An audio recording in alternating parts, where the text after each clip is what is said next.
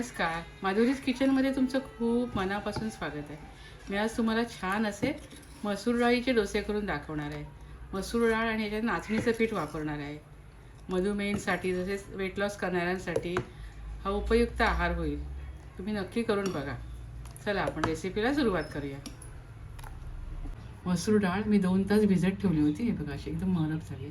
त्यामध्ये 4 मिरच्या, 1 टॉमॅटो, अर्धा इंच ओली हळद अवेलेबल असेल तर तुम्ही घ्या, नाही तर चालेल. अर्धा इंच आलं, जिरं, 1 टॉमॅटो, हे सारं मी वाटून घेणार आहे. हे सारं मिक्सरमध्ये वाटून घेते.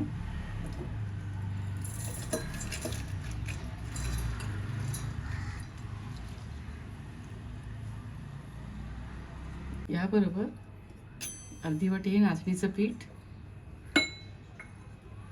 आणि रवा देखील आपण वाटून घेऊया. इथे आपलं मिश्रण वाटून झालंय.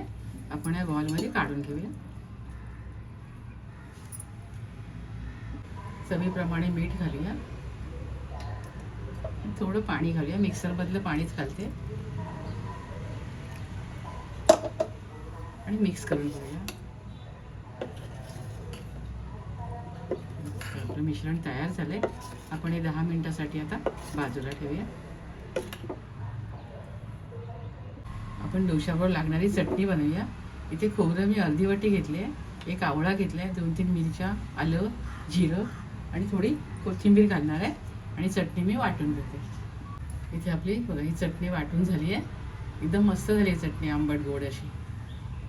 त्यासाठी बॅटरी रेडी आहे बघा, मस्त झालं. आता आपण डोसे करायला घेऊया. इथे तवा तापत ठेवला आहे. आता आपण डोसा करायला घेऊया.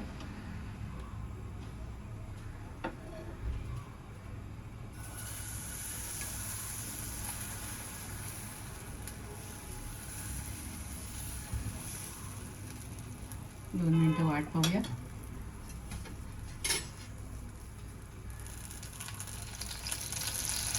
आता आपण डोसा उलटून घेऊया.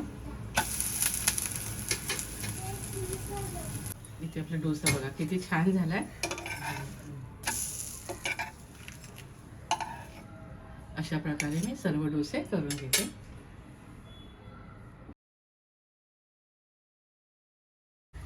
इथे मसूर डाळीपासून छान असे डोसे मी तयार केलेले आहेत.